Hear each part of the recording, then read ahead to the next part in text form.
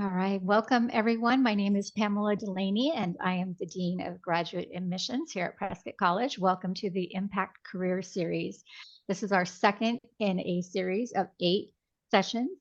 We had an information session last Saturday on our counseling and helping professions, and today's session will be focused on counseling and helping professions with the great benefit of having some panelists here that are going to share their experiences with you, and you can ask questions of them. I'm joined by several of my colleagues, including Jody Straker and Daniel Mendez, who are associate directors in some of the programs that we'll mention tonight. So just so that everybody knows, the session is being recorded, so please do keep your microphones muted. And if you do have questions at any time, this is a session for you and for your information. So please feel free to put your question in the chat at any time during, and we will put that question to the panelists. So what is a Career Impact Series is a series that we designed to talk to prospective students and current students, really to talk to people out in the community about how they can build careers that are focused on making a positive impact and moving forward justice and equity and in the lives and communities of others, whether that is through social systems or whether that is through environmental and sustainability.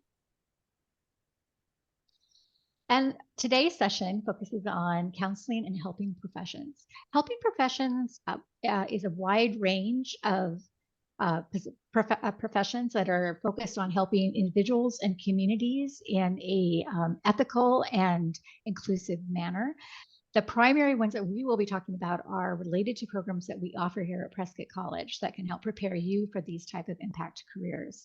But I wanted to just talk a little bit about why these are so critical in our community right now. The American School Counselors Association recently put out updated ratios for the student to school counselor ratio for the year 22-23. And the recommended ratio is 251 students per counselor. Here in Arizona in the 22-2020 year, that was 667 students per counselor. So you can see there's a giant discrepancy and a need. And Jody, are you getting the rooms? People in from the rooms? I think there's people waiting. There we go. Okay, I'm sorry, I just need to get them in. Okay, so sorry about that. I want to make sure everybody gets into the session. Arizona ranks last in the nation for school counselors. In fact, only 2 states in the country meet the threshold of less than 251 or less students per counselor, or less thresholds of the ratio of students in school counselor, and that's New Hampshire and Vermont. So it isn't just Arizona, our entire country is really seeing a need for school counselors. Outside of school counseling, 1 in 5 U.S. adults have experienced or are experiencing a mental illness, and 1 in 20 are experiencing and managing a serious mental illness. 17% of youth in the United States between 6 and 17 are experiencing some type of a mental health disorder. And the last thing I wanted to share was that, there are multiple ways that you can impact the power, uneven power distribution, the injustice within our systems. We certainly have our Master of Science in Counseling program and our Master in School Counseling, but for individuals that are interested in advocating for change, we do have a Master of Arts in Social Justice and Community Organizing. For those that are interested in looking at the systems and how the systems are not serving individuals, we have a Master of Arts in Critical and Community Psychology. And then for those individuals who have an idea of what they want to do, but perhaps they don't want to be a practitioner, but they are cultivating their own. We see a lot of life coaches doing this, for example. We do also have a Master of Arts in Interdisciplinary Studies. But let's get into the important part of the session. And I'm really pleased to welcome the panelists here today, and I am going to read their bios for you before I have them introduce themselves a little bit more. And the reason I'm going to do that is they have great bios and I don't want to miss anything. So I'm first very excited to introduce you to Erica Scott. Erica is a authentic and dedicated, passionate licensed psychotherapist with additional certifications as a board certified registered art therapist, registered expressive arts therapist, and an interfaith spiritual director. In addition, she's an author, artist, and advocate for disempowered populations.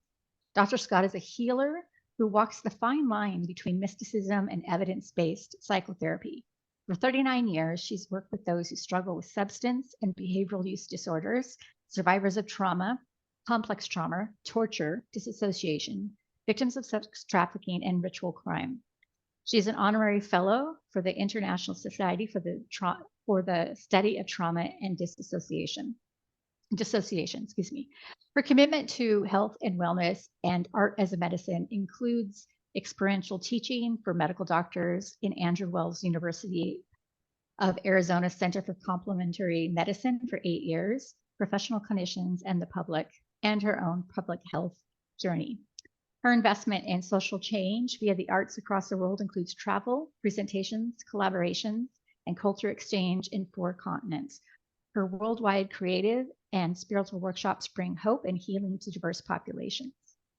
A number of her peer-reviewed academic publications and lectures have been translated into Prussian, Arabic, Czechoslovakian. Last year, she was a keynote speaker in Cairo for the first International Art Therapy Conference in Egypt. That is amazing. In 2 hospitals, 20 years apart, pre and post tests, as well as outcome studies revealed that Dr. Scott's groups were the most effective. And she says, I give credit for my success to the power of art to heal and transform even more challenging problems. So we'll get to hear from her in a bit. I'm also really pleased to introduce you to Karina Tapia. Karina Tapia is a certified school counselor and a member of the American School Counseling Association. She is going on her 7th year as a school counselor at Wade Carpenter Middle School. She has earned her Master's of Education with an emphasis in school counseling from Prescott College and received her bachelor's in criminal justice and an associate degree in business management from the University of Phoenix. Prior to her work at Wade Carpenter, Karina was a behavioral and mental health youth recovery coach and served as a direct support and peer support counselor where she provided individual and group substance abuse, mood management, anger management, and self-image counseling. Karina is grateful for her experience in providing counseling services to children ages 6 to 17 in the community of Nogales, Arizona, where she uses her knowledge to help families of the community. And her free time, she enjoys gardening, playing basketball, and painting.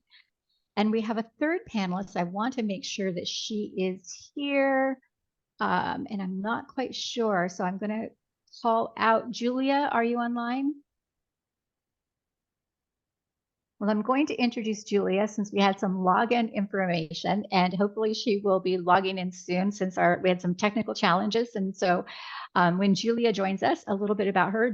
Dr. Julia Weinberg specializes in mental health therapy for children, adolescents, and adults, as well as individual and family therapy. Her areas of focus include supporting mental wellness through talk therapy, including trauma-related, expressive arts therapy, play therapy, nature therapy, DBT skills, and EMDR for all populations, including working with those with neurodivergence and learning disabilities, neurodivergence.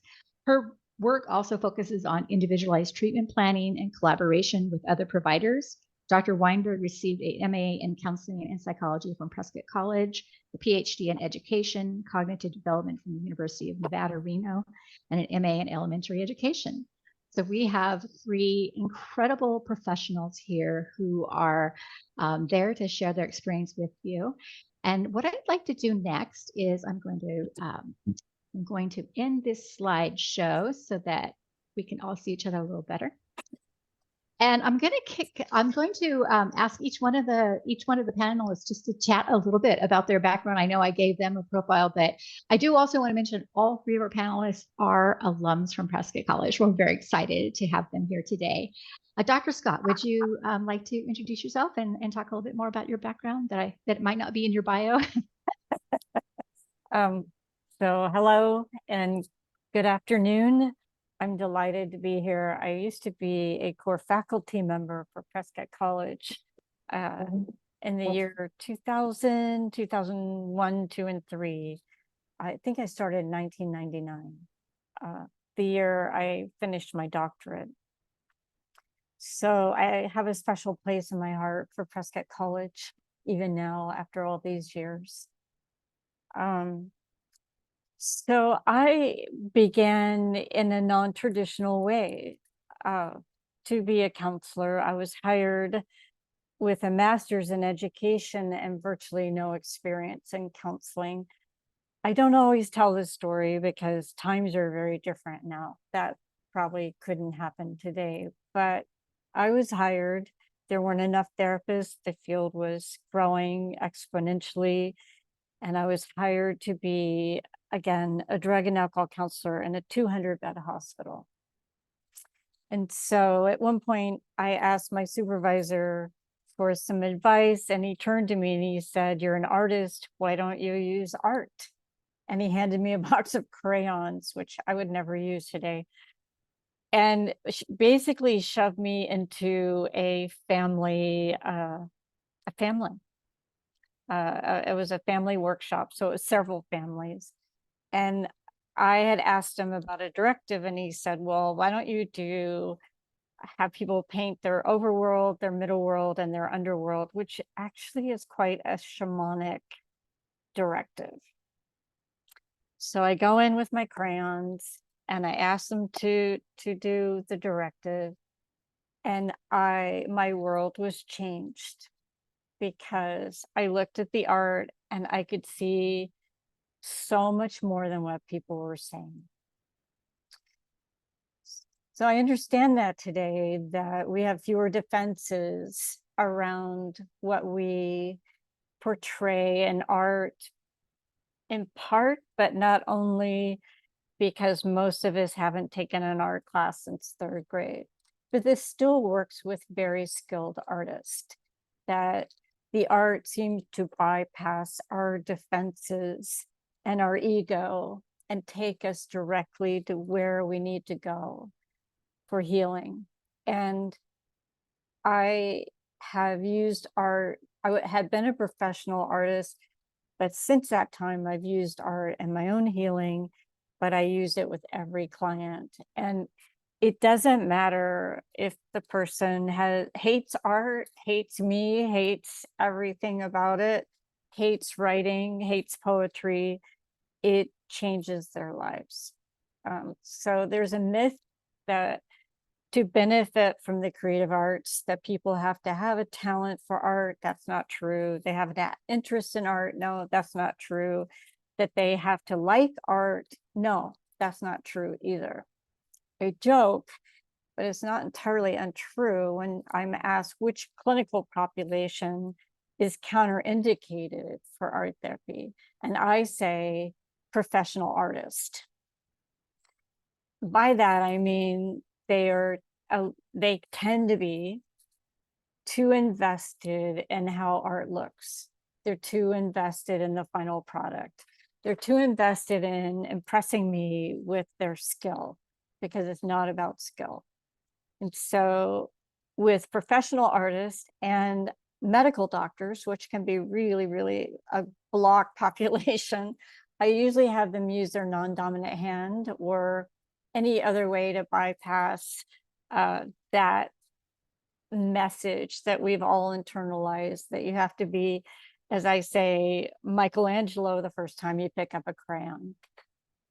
So I've been in the field now almost 40 years, and I don't believe I would still be in the field if it wasn't for being an art therapist. I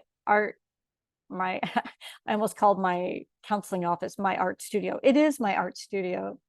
It's this art studio. I have a huge art table. I have acrylic paints, not just tempera paints. I have butcher block paper mounted on the ceiling that I can pull down and tape to the wall for people to stand up and paint murals or their body map tracing, life-size body map, or family genograms, whatever they need or want. And then I also have sand play. I use miniature figurines. My office is surrounded by 4 shelves full of figurines from all over the world. 3 of those shelves are 3 by 6 feet. I have a huge collection, thousands of figurines that I've collected for 30 years. And the reason I have such a passion for it, because I'm actually not into like little cha-cha things, little figurines. That's not really something that interests me in my own life, but because of the power of my first experience using the sand play. And so I make sure that people have the resources they need to create any dynamic in the sandbox. So you use these figurines in a box of sand.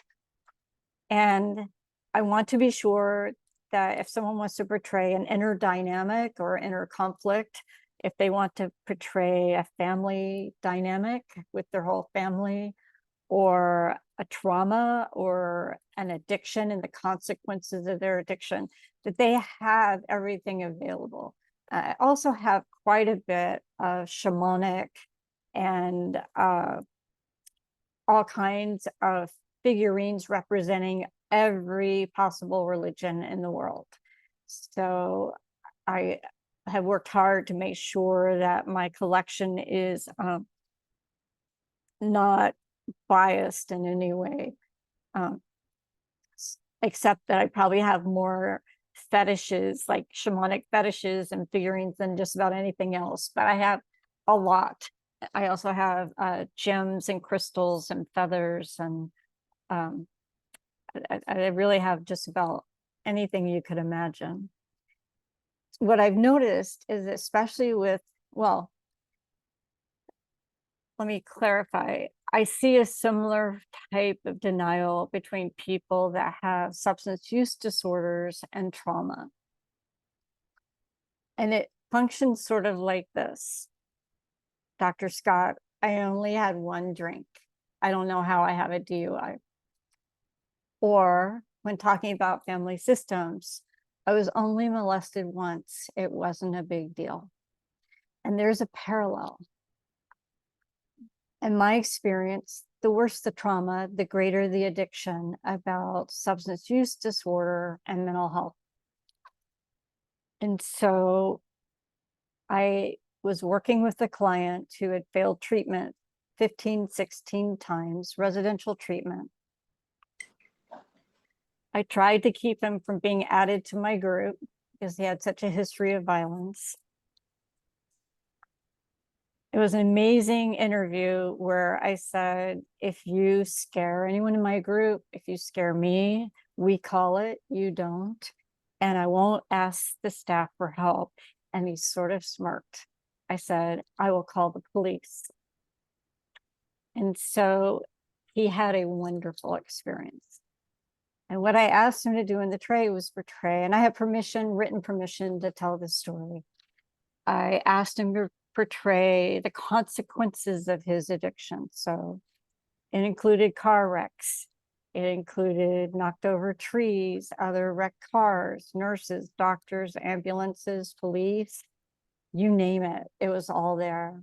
And he looked at it and he said, I've been to treatment 15 times and I never understood the consequences. Now I had to see it. And I believe that's true for not just addicts. I think it's true for a lot of people, that we need to see, not just hear, what is happening in our life. And whether it's literal, as it was in this case, or symbolic and metaphorical, it doesn't matter. We need to see it, whether it's an image or writing. We really need to see it. So I've been blessed. I've seen miracles that defy explanation. The first time I used art therapy with my brother when he had a brain mass, I used a Bernie Siegel technique and had him draw his brain mass like it was a monster and shrink it smaller and smaller.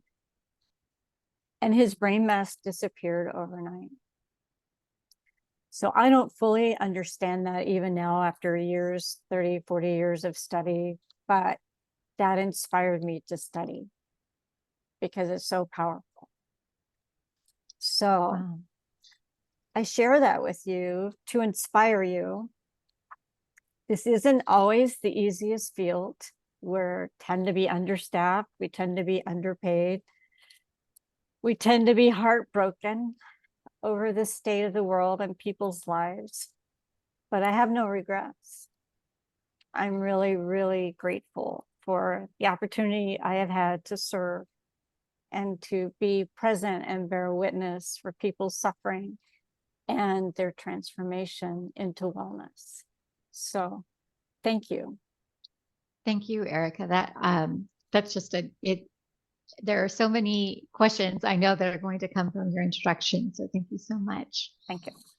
Karina, to pivot to you, I know that your background prior to working as a school counselor, well, that is, you also worked in the areas, I believe, of addictions counseling and worked in there. But I would love to have you share with the attendees your path into the field of mental health, and then how you pivoted from that into school counseling, working specifically with children.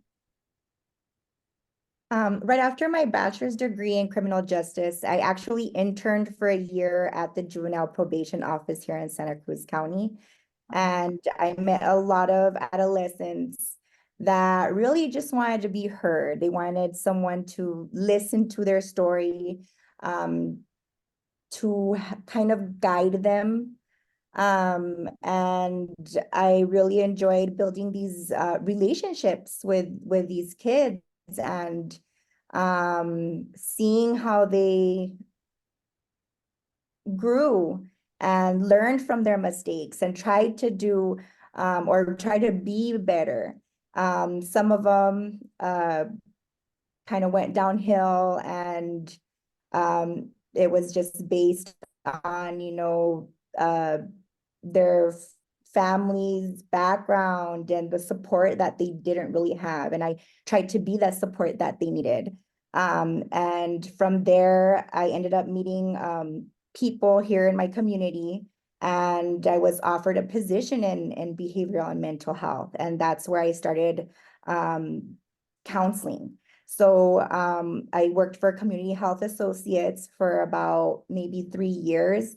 And I was just kind of like thrown into it as well, not knowing or having any counseling background. And they did provide some very interesting training that did help.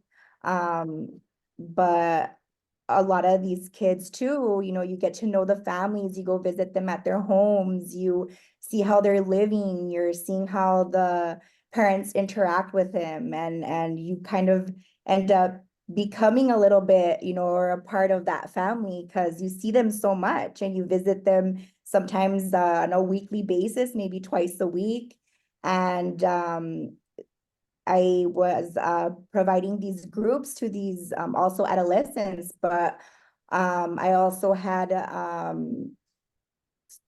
kids in my groups that were ages, maybe I think they were from 5 to 10, and then from 10 to 15, and then 15 to 18. So I worked with a lot of different age groups, and I enjoyed talking to these adolescents and building, again, rapport with them and guiding them. And sometimes, they consider you as their friend and they look up to you, maybe as a big sister type thing. But a lot of these kids just don't have that support that they're looking for, they need.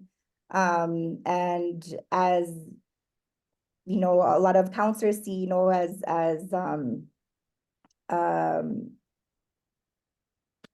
you can see that they need help, and as a counselor you want to help everybody and you want to fix everything and you want everybody to be happy, and sometimes it's really hard because you do get your heart broken and you can't help everybody, but at least you try, and at least you're there, and at least you're they know that you're there to support them and that you have their back in whichever way possible. So that's something that I really enjoyed doing. And again, as I started visiting schools, I got offered a position in school counseling. So we would provide the mental health services at the schools for some of our clients. And later on, that's how I ended up in school counseling. Thank you, Karina. I'd just like to open it up to the audience. If you have questions, please feel free to just pop it right in the chat. And at any point, I will share that with our panelists. You both talked about a transition into the career, and I want to hear more about I think our audience would like to hear more about considering the impact on you becoming a counselor and working with people that are facing mental health crisis and illnesses. And so the knowing that you aren't going to get rich in this career, that it's going to be that your heart is on the line, that you are making a difference, incremental, one life at a time. But how did you reconcile that? Is that what drew you to your career? And then how have you maintained your stamina to keep going in such challenging times? Erica, would you like to go first? Okay.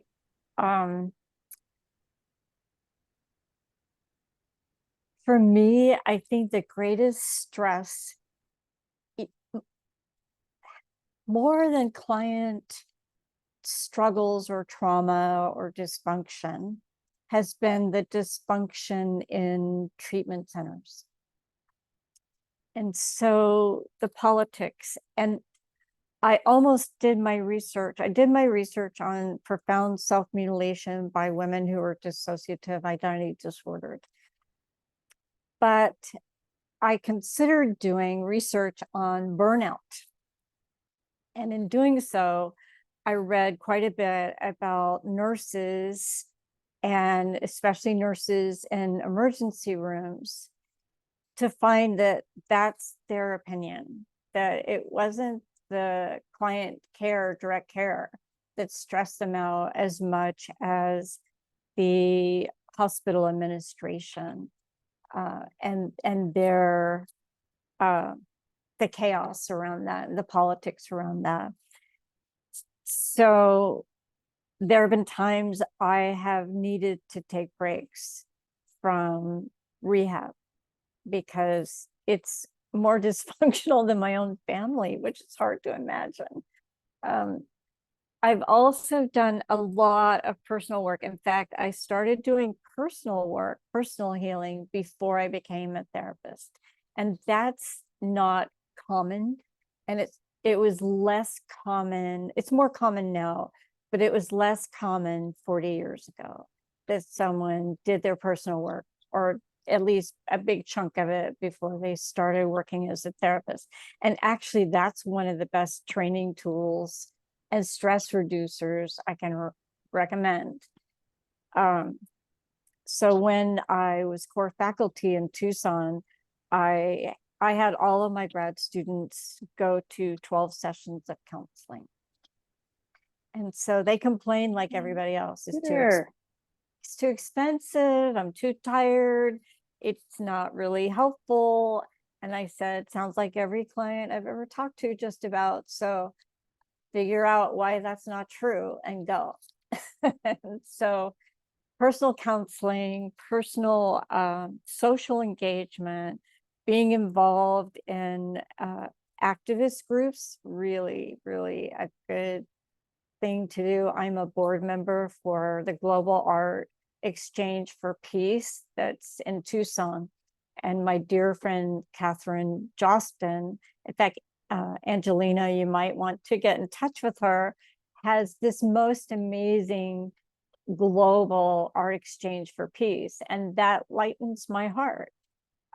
She's probably connected 200,000 people around the world to exchange art for peace. And I've participated, and it's really quite an amazing service that she provides to people. So finding things that lift your heart, that are not so heavy to counterbalance. I haven't hiked in the last couple months because I've had a big project, but normally I hike in the mountains as much as I can, or walk by the beach. It surprises people when I say I prefer the mountains, but find what you love. I used to be a professional photographer. Right now only take photos with my iPhone, which I can't believe, because I used to make my own photo paper. I used to make my own cameras. I used to have really nice cameras. But a friend of mine said, you should have an exhibit. And I cracked up laughing. I said, and she suggested her very exclusive gallery. I said, he would faint dead away if you suggested a photo exhibit by someone who's using their phone. But I loved it, that she suggested that.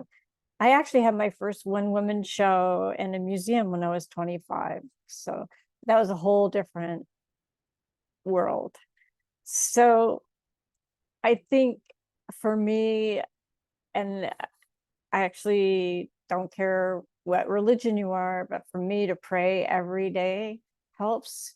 Meditating helps. So we do all the things that we ask our clients to do to help with burnout, heartache. Being a good therapist is very helpful.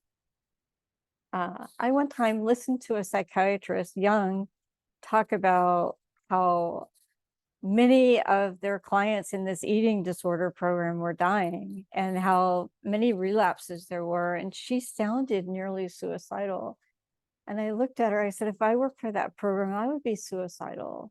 That's awful. And it doesn't have to be that way. That's not, something's wrong that so many people are relapsing and so many people are dying. And so there's some myths, I think, sometimes that a certain population can't get well. And sometimes we have to be a little bit in denial to the research and say, let's give it a try.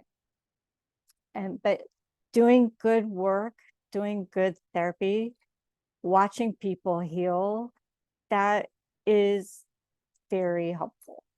And you will see it and you know it. The proof's in the quality of their lives, how their lives improve. So I can't think of anything else right this minute, but I looked back at some journals recently while I was emptying out a storage unit, and I was so, forgive me, this sounds corny, but in a little trivial maybe in some ways, but I was rereading some of my old journals from 20 years ago, and I thought, oh my gosh, I was really taking care of myself. I was journaling, I was writing down my dreams, I was taking my dreams to therapy, I was doing EMDR. I was really taking care of myself. I was writing myself love letters, which is one of the 20 workshops I offer to the public. So teaching the love letter writing workshop or facilitating that workshop is one of my greatest joys. So you find your ways to balance the horror and the evil. Because for a while I worked almost exclusively with adult survivors of child sex trafficking. And that's really hard. It's really difficult. And it's very rewarding. So you embrace it all. You embrace the polarities and the paradoxes every chance you get. And they are there and they keep showing up. And you keep saying, what I say is breathe it in, breathe in both sides of that dynamic. The fact that it's rewarding and that it's can eat away at your soul. And it's uplifting and it's heartbreaking. You embrace the full parameters of that dynamic. That's how we become whole. Thank you, Erica. Thank you so much. So I'm really happy that Julia Weinberg has been able to join us. We had that technical difficulties earlier, but she's with us now. Julia I introduced you earlier with your photo, so people know who you are and what your background is. But I'd love to give you just the opportunity to share with everyone here about the work that you're doing at Seaside Wellness. And Julia lives in the beautiful beach community of Seaside, Oregon. So she's a beach stroller, just like Julia. Erica is in Malibu, and Karina is in Nogales. So we've kind of got folks all over. But Julia, could you take a moment just to talk to our attendees? And really, I think what people are really appreciating learning is what drew you to the path of becoming a clinical mental health counselor, and yeah, so just your path to becoming where you are now. Oh, okay. And I so apologize. I got the time zone wrong. I should have known. No worries. So I have a very interesting path. I started college as a freshman in the psychology counseling field, and it was too much for my mind at that time. And so I went and got a degree in engineering and did that for a few years. And then still interested in the psychology area, and there was huge layoffs at a time, and so I took advantage of the layoffs and transitioned. They paid because it was a huge layoffs, so I took advantage of that and became an elementary school teacher. And as an elementary school teacher, I was very interested in cognitive development and how children learn, so I earned a PhD. And then as I was learning how children learn, I decided it's about social and emotional development. So I decided to return to my original focus in counseling. And that's when I came to Prescott College. So it's been a route. I worked a couple years in community mental health, and then now for 6 years, I've had a private practice in Seaside, and I love living here. And I do different kinds of therapy, nature therapy, walk and talk on the beach or in the woods, trauma therapy. And living in a rural community, I also work with all ages. So a lot of specialty is with children. I don't take children out of school, so only after school times do I work with children, and then during the day I do EMDR, DBT skills, talk therapy, expressive arts therapy. So as a rural therapist, I'm the only child therapist in our community. So it's interesting being in a rural community, but I love it. And from my window, I can see the ocean. So it's very nice. That's amazing. That is amazing. Thank you so much, Julian. It's such a pleasure to have you here. Thank you. Karina, I want to kind of pivot the question, to you. And, in terms of, you mentioned a little bit, with the relationships you're building with your students, the youth that, in Nogales there, where you work also in a rural community. How do you do it? How do you prepare yourself to work on a day-to-day basis with children, sometimes when you can make a little difference, but maybe not as much as you like? And yeah, just love to hear your thoughts on that.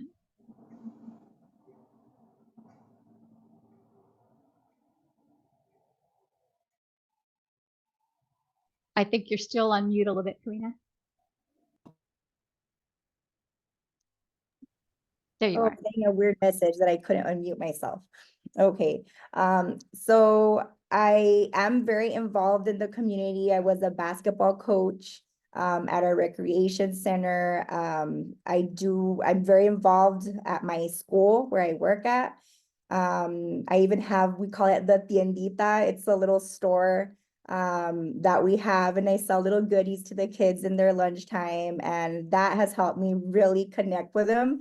Because they come to the window and they want to tell me everything that's happened. They want to share with me everything. We also have a classroom, and it's called the Counselor's Corner, and we decorate it kind of like the jungle. So when you walk in, it kind of looks like a rainforest, and they love it.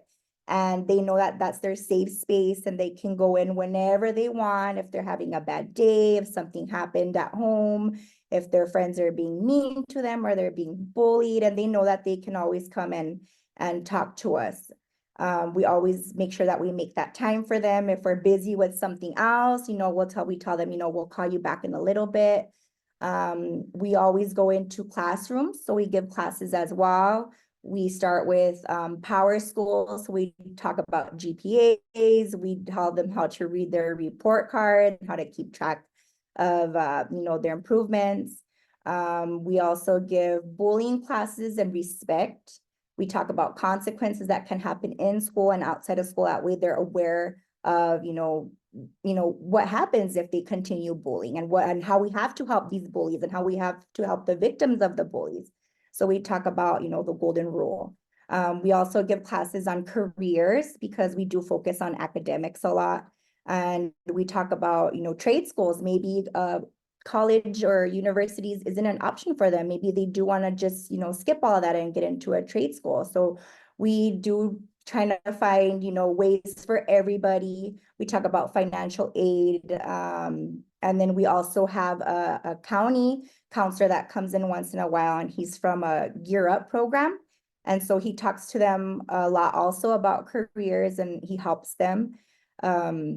He also guides them when they're 8th graders and they transition to high school. So they meet their new coach for Gear Up, and that way they know how to transition easily if they're maybe in resource, and what comes, with the perks of being in resource as well, because a lot of parents aren't informed of, the possibilities or the benefits that they can get for their children when they go to college. So we help parents as well and try to educate them as much as we can.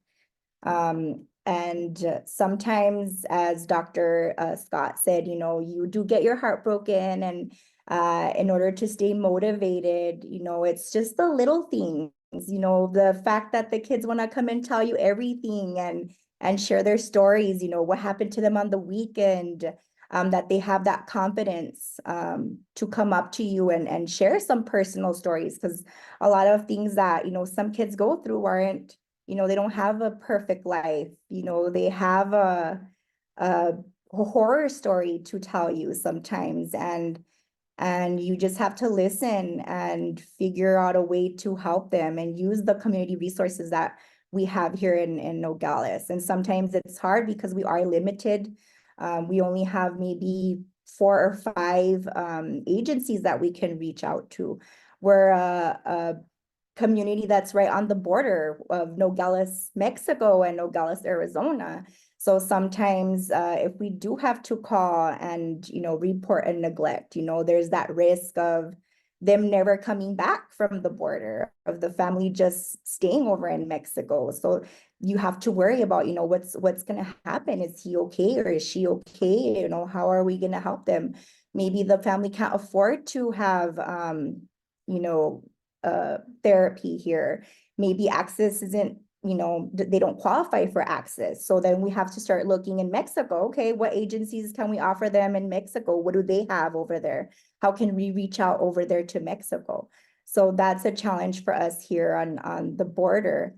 But little letters that they write, thank you, you're the best counselor ever. Thank you for helping me. Sometimes, kids come and give you a rock. This is a rock I found, and I thought of you, and I want to give you this rock, and that rock is the best and the coolest gift I've ever seen, and I'm going to keep that rock, and I'm going to cherish it forever, because they decided to give it to me out of all the people. So those small little things really keep me motivated.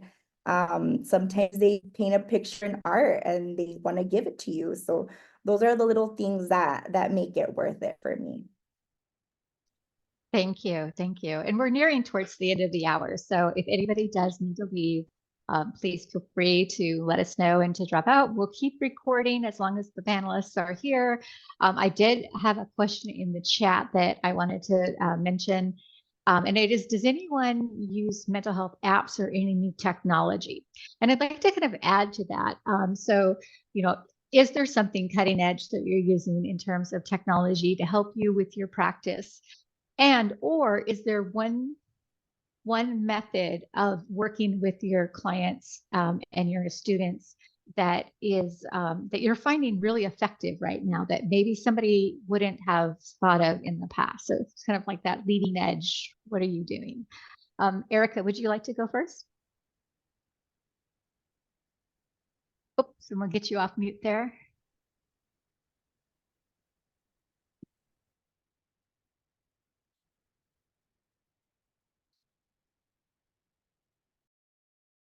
We still have you on mute there, Erica.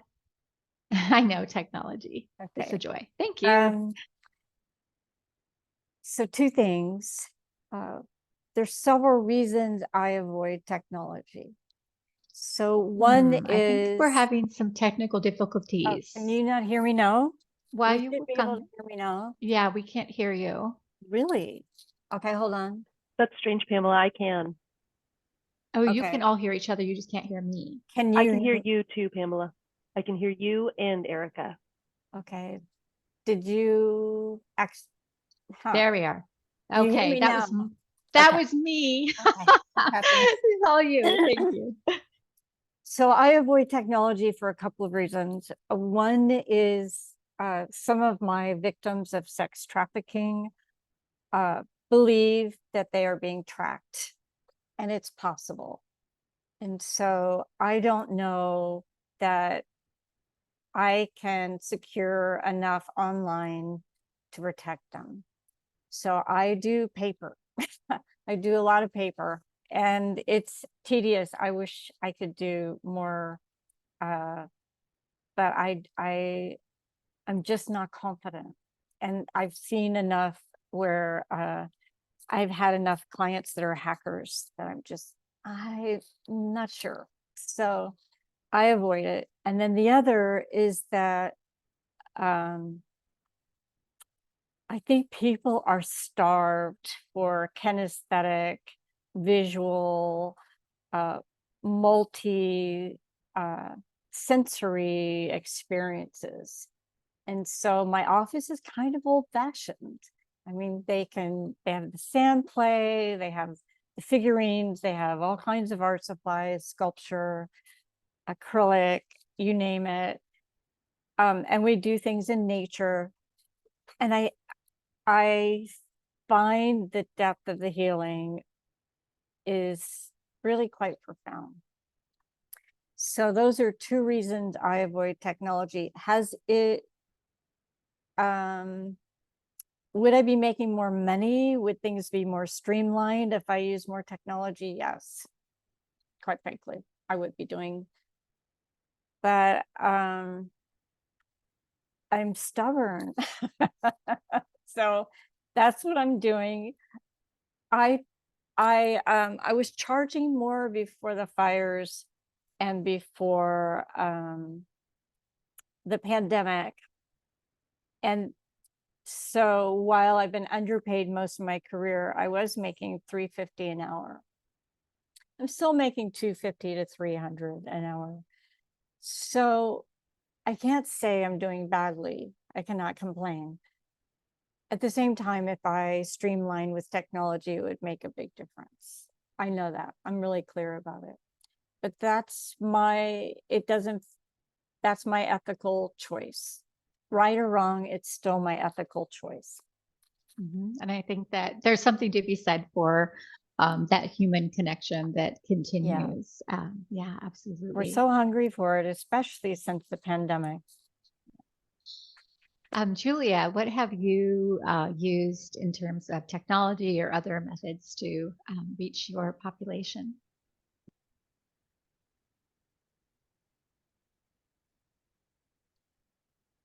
Got to mute. You're muted. I'm muted? No, Julia was. Julia's muted. We can't Julia, hear you. There you Okay, are. now, yeah, I needed Pam to push something. It said the host needed to push something. Okay. Oh, interesting. Okay. So I completely agree with Erica that people are starved, and it's creating a lot of social anxiety. I look at it two ways. I embrace technology for my record keeping, absolutely, and billing. That I embrace technology. With my clients, I discourage it. I really try to point them to a sensory experience, whether it's indoors, outdoors. If they are saying they're using an app and it's working for them, I support it. So I just want to follow theirs. I make other suggestions, but for some people, I don't have many that use the app. Sometimes somebody will come and say, oh, this is the greatest app ever. And then I don't hear them talking about it again. Except where I do is for some kinds of, I don't use the word mindfulness, but some kinds of sense, imagery or body scan or that kind of thing. There's certain websites that I might suggest for that. But I absolutely agree with Erica. These people need to interact with each other. And it's just not happening. The kids especially the kids whose most of their friends are online from playing games, and they try to interact with other kids, and it's too overstimulating. And I'm getting more and more kids that just are too anxious to be in school. I do a lot of working with the schools. And so, yes, we need people to work with each other. I agree. But for billing, I wouldn't do it any other way. I can imagine. And note taking, it's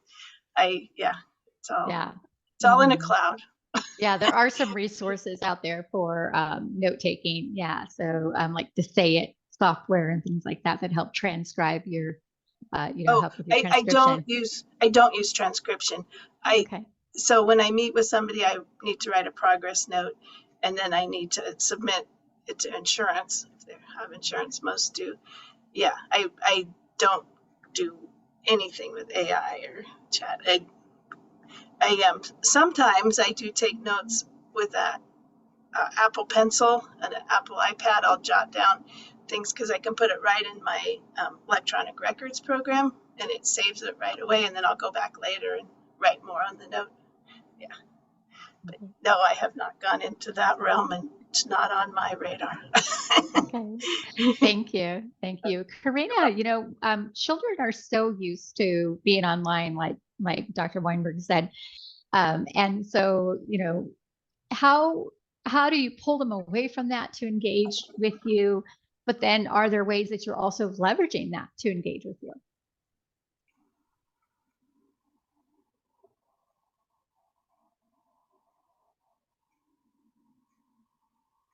Okay.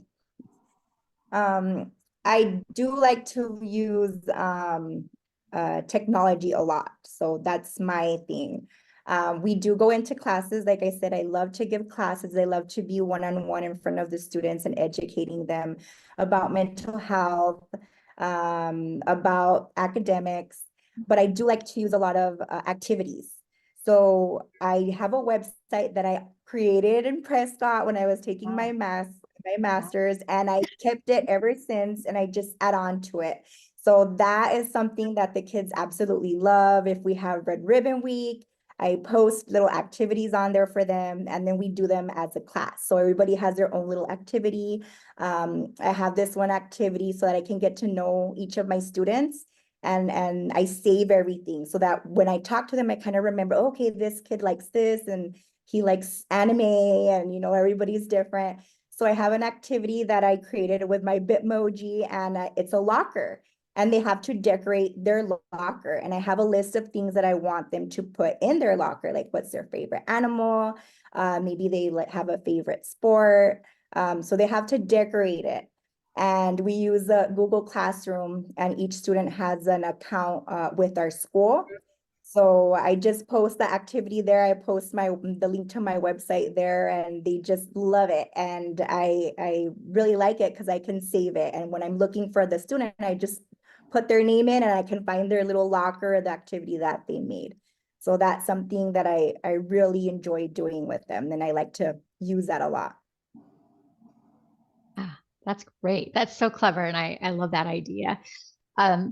For the last question, what I'm going to do is I'm going to put your photos back up on the screen. And I know that I think I saw Dr. Weinberg put her email address, but if you as panelists would like to share your email or website you'd like to share, Karina, perhaps so people can see what you're working on in the chat for individuals. And so let me put you back up on the screen, and then I'm going to prompt the last question. And the last question that I have for each of you is, what is the future of help? What is the future of helping professions? What's on the horizon, in this post-COVID world where we're just now learning how people are getting through it, and a lot of, political strife in our country this year and a continuing basis. But what do you see in the horizon in terms of how helping professions can make a difference in the lives of others? And I'll let whoever would like to go first just jump right in with that. Wow. Okay, am I unmuted? So this is Erica. We can hear. Yep, we can hear you, Erica. Thank you. So I think there's a paradox. We have too many counselors and not enough at the same time. And I'm not sure how to resolve that. We definitely need more counselors. And I think I'm going to leave that statement just hanging there, and maybe someone else can pick it up. I'd be glad to pick it up. We absolutely need more counselors. It is such a problem, not just in counseling, but in our whole medical system and social services system. It's an awesome profession to be in. It's really rewarding. Do a lot of networking with others when things get tough, and people counseling really support each other. I guess what I'm seeing more and working toward is integrating the prescribers with the counseling, with the schools, just everybody working together to support the kids, to be on the same page. Yeah. Which takes time, but it's worth it. Yeah. So it sounds like team building is what we need to have happen. And that, Julia, that I am 100% in agreement with you. The miscommunications, the theoretical differences on teams, the denial about how mental illness affects physical health, or trauma affects physical health, or addiction affects physical health, and the overlap on the genogram. I think those are really important issues to address to help create more cohesive teams, for example. And I also very child-centered in how it confuses the children or the adults, whoever, when they're getting different messages from different people. That's one of the things I really like working in a small community. And rural mental health needs lots of people, like everywhere else. Mm-hmm. But that's a real good thing about working in a small community. It's easier to network that way. Yes, I agree with Julia. I have a small community, and I feel like it's a little bit easier to. I do think that mental health is going to get bigger in schools. I see it every day. They're bringing a lot of the social emotional learning into absolutely everything. That's why they brought in that Gear Up group into our school, an extra counselor. I mean, it's only 2 counselors for 624 students. So that's a lot of kids for us to see and try to remember their names and build relationships with. We did bring in a program to some classes in last year, and it was based on mental health, and we had a character counts class. So we brought in more activities, but it was also an online program, and it was called BASE, and it has a curriculum based on social emotional learning, and it educates students on all kinds of topics, from depression to self-confidence and how to boost your confidence. So it was a really great program, and it helped a lot of kids. And A lot of them were sent to us when they had, little meltdowns. And I feel like this is something that our community needs to continue to do. And I hope that they bring more of these programs to our schools because the students need it. They need it. Do. Okay, so I have a research idea for a counseling student in graduate school at Prescott College, which is to explore the pros and cons or the challenges and the benefits of teams that are created sometimes by the client or patient themselves, not necessarily in one institution, and how to make them more cohesive. I think that's absolutely fascinating, Erica, because, that so many professions so many professions can be individual, right? You're an individual practitioner. And you know that from teaching, you know that from counseling, you know that from, many things that we're doing. And how can we make a better impact in the lives of others if we learn how to pull together and create synergy and as a team to make that happen? I think that's a great idea. Right. I think it's very important because it only benefits the client, whether a child, adolescent, or adult. It really needs to be explored and then an intervention, a way to intervene to help the team be more cohesive. It is possible. We do it every day at school. We get the mental health agencies involved. We have the parents involved. We have the therapists involved, the school counselors involved, the teachers are involved, coaches are involved. So that's something I see it every day. We work with everybody. If some people from outside agencies want to come to the school to see them, privately, we share our classroom. We have other private areas where they can come and talk to the students, or if we have to have a meeting, we always invite everybody to those meetings so that we can all be on the same page and communicate. And that's something that really helps our students. So you have a very healthy, open system. Yes. And so Terry Kellogg, who used to talk about dysfunctional family systems, spoke about the family that would have kids come over and come in and out of their houses, and they would feed them, and they would all go to another house and get fed, or families were involved. And then there were the families where they would crack the door about 3 inches and say, "What do you want?" And so it's exciting to hear that you have this amazing, healthy system, because kids won't survive without it. I think we also need to look at the systems that are competitive and ego-driven and individual theoretical stances that are unbending, and to see how to intervene on those to create a system like the one that you have. And we also have the community mental health counselors go into the schools. Either they have a dedicated office or are given a space. That's really good to hear. Thank you for sharing. Yes, wonderful discussion.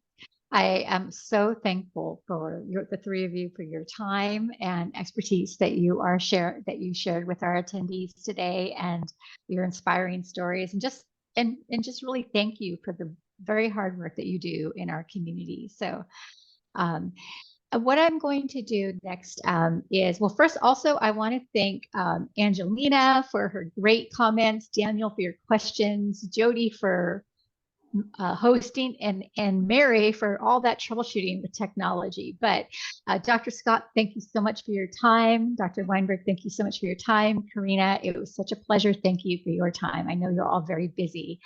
What I'd like everyone to know next is that our next Career Impact series will be focused on the theme of education. So talking about our Master of Education programs, our PhD in education, outdoor leadership education, environmental education, and such.